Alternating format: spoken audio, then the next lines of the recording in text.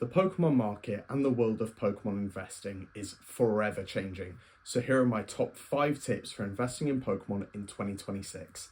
Let's get straight into it. My first tip for investing in Pokemon is collect what you love.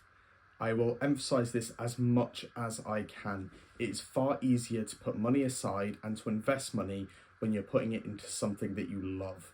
Now, Pokemon cards might not be for everyone, but even if you don't love Pokemon, you can love the gains that the boxes make over time.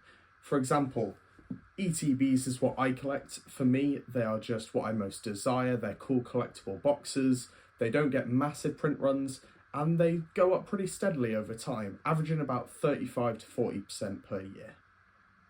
Now, because I love collecting them so much, this makes it really easy to put money aside and then be able to invest it into ETBs without really worrying about it. Because not only am I investing and building a position in the Pokemon sealed industry, I am also getting something that I love and adding to my collection, and that brings me so much joy. It just makes it so much easier to collect and make sure that I am putting in enough money. Another example of this may be collecting some certain sets that have some of your favourite Pokemon in. If you're an Eevee fan, you might go for Evolving Skies, Prismatic Evolutions, sets like that. But the overall idea is collect what you will love and keep collecting things that you enjoy collecting, because instead of then putting money aside for investments, you're putting money aside for something that you're actively wanting to get. Therefore, you can get the dopamine release of impulse buying almost while still spending it on an investment. My tip number 2 for Pokemon investing is if you are a person who loves to open packs, then you've got 2 main options I'd suggest. One, get products that necessarily aren't the best for opening, like ETBs. I love opening packs and I used to collect booster boxes. However, I found the calling from them for me to open was always too strong, and every now and then I would cave, and every single time I'd regret it. So by collecting ETBs, I know that it's not a good price per pack, so it's even harder to make a profit opening, so that helps me keep them sealed. Another option would be just put them away somewhere that you can't see. Now, if this is in a closet or a wardrobe, great. Or you could even put it at a friend's house or a family member's house. Obviously, be careful with that. But for a very long time, I kept 18 of these ETBs at my grandparents' house. And I found that better, as then I'm not always seeing them. So I'm sometimes even forgetting I have them in Pokemon investments. But as well, they're out of mind, so you're not always thinking about opening them.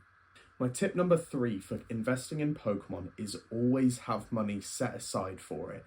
Even if you're not going to spend it straight away, keep a small amount of money aside in case you find some really good boxes at retail, or you just find them for a good deal. Maybe you know someone who's looking to sell and they just want to sell out as fast as possible. Having this money put aside means that you can buy it without having to worry about paying it back or anything like that. You can then get the product for a really good price, and finding stuff at retail, it might not be very common with how the market is currently, but you will find them. It's been a long time since I've been able to get anything, but just the other day I went to my local Element Games and got a Charizard UPC for 10% under retail. I also got some Ascended Heroes packs and some blisters, and again, really good finds, and I was only able to get them because I had that set amount of money set aside for if I do find Pokemon sealed product at a really good deal. Tip number 4 for investing in Pokemon is choosing a certain item or set that you're going to invest in. Now, I don't always recommend just picking one set and holding on to it, unless it's something like Destined Rivals, Prismatic Evolutions, Ascended Heroes, things like that, sets that we know are going to do well long term. Even though they might not be the best sets out there, they are going to continue going up, no matter what really. So by picking just one certain product, it can almost become a collection as well as a sealed investment. Yet again, mentioning, I chose ETBs, and my mission is to try and collect one of every single ETB. Now, I believe they started in Black and White era, and a lot of those are in the thousands of pounds for a singular ETB. So it's unlikely that I'll ever be able to finish it, but who knows. Having this collection, I've now got 31 different ETBs with majority of Scarlet and Violet era and a decent amount of Mega and Sword and Shield. By choosing just this one product, I've been able to keep adding to it and building the collection, and it's helped me enjoy it more because, yes, they are a sealed investment for me, but they are also a collection goal. I'm looking to try and get one of every single one of them. Another way by choosing just one product helps is you don't want to be scared about selling. Now, if you need to sell to maybe cash in on some gains or to cover some emergency expenses, it's not great, but that's always fine. However, for me, when I've looked to get a quick influx of cash, I never look at selling my ETBs because I've got so many of them and I'm so close to having all of Scarlet and Violet era.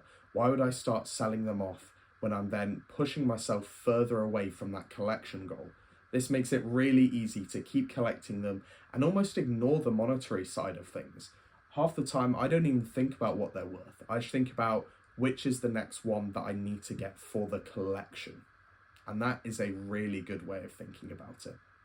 And my final tip for investing in Pokemon in 2026 is do not sell when you see things go below less than what you paid or less than what is ideal. I've made this mistake before. Just last year, I had an Evolving Skies booster box that I paid £800 for. It dropped to about $750, and for some reason I thought that that meant I should sell. So I sold it, and what now? They're over £2,000 a box just 1 year later.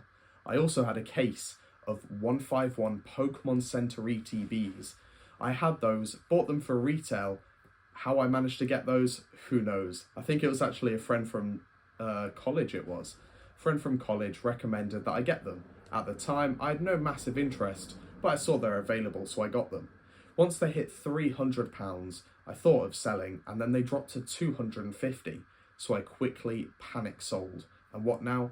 They're over £1,000 each, again, just 1 year later. So, through investing for over 6 years in Pokemon, please take my advice. Don't sell because you're scared it's going to go down. Sealed product is always getting eaten up and it only has a certain amount of reprint windows. So once they're out of print, they're just going to go up. Yes, the market does go up and down and fluctuates fairly often, but in the long run, they are going to perform well for you. So thank you very much for watching the video. This has been my top 5 tips for investing in Pokemon in 2026. And if you've got any other tips, feel free to leave them in the comments below. Thank you all very much and have a lovely rest of your day.